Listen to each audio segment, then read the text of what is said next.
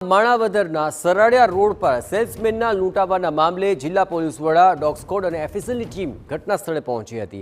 જે જગ્યા પર લૂંટ થઈ હતી ત્યાં તપાસનો ધમધમાટ કરાયો। કલા ગોલ્ડ પેઢીના માલિક પણ ઘટના સ્થળે પહોંચ્યા હતા। સરાડિયા રોડ પર 1.15 કરોડથી વધુના સોનાના દાગીના અને ચાંદીની લૂંટ થઈ। કલા ગોલ્ડ નામની અમદાવાદની પેઢીના સેલ્સમેન લૂંટાઈ ગયા।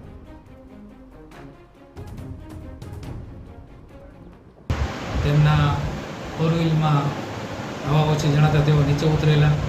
ते दरमियान एक व्यक्ति धसी आव्यो, तेमनी साथे झपाझपी गाळागाળી કરી તેમજ તેને શરીર જેવો હથિયારથી ઈજા કરેલી।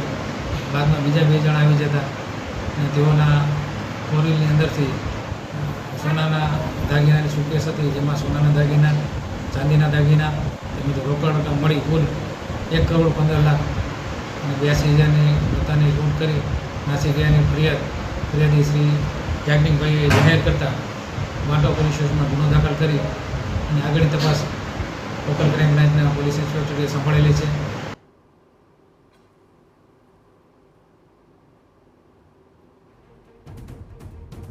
તો માણાવદરના બાંટવામાં સોનાની ડીલ કરવા ગયેલા સેલ્સમેનના સીસીટીવી સામે આવ્યા છે કે જ્યાં સેલ્સમેન પહેલા અમદાવાદથી જૂનાગઢ પહોંચ્યા હતા। એટલું જ નહીં, અહીં જૂનાગઢ સોનાની ડીલ કરી બીજી ડીલ માટે પોરબંદર જવા માટે તેઓ રવાના થયા હતા અને પોરબંદરથી પરત ફરતી વખતે સરાડિયા રોડ પર આ લૂંટની ઘટનાને અંજામ આપવામાં આવ્યો, જ્યાં બાંટવા પોલીસ સ્ટેશનમાં ફરિયાદ નોંધવામાં આવી છે અને આ સમગ્ર મામલે હવે તપાસનો ધમધમાટ પણ તેજ થયો છે। માણાવદરના બાંટવામાં આ સોનાની ડીલ કરવા ગયેલા સેલ્સમેન અને તેની લૂંટનો આ સમગ્ર મામલો છે, તેને લઈને હવે ડોગ સ્ક્વોડની પણ મદદ લેવામાં આવી રહી છે।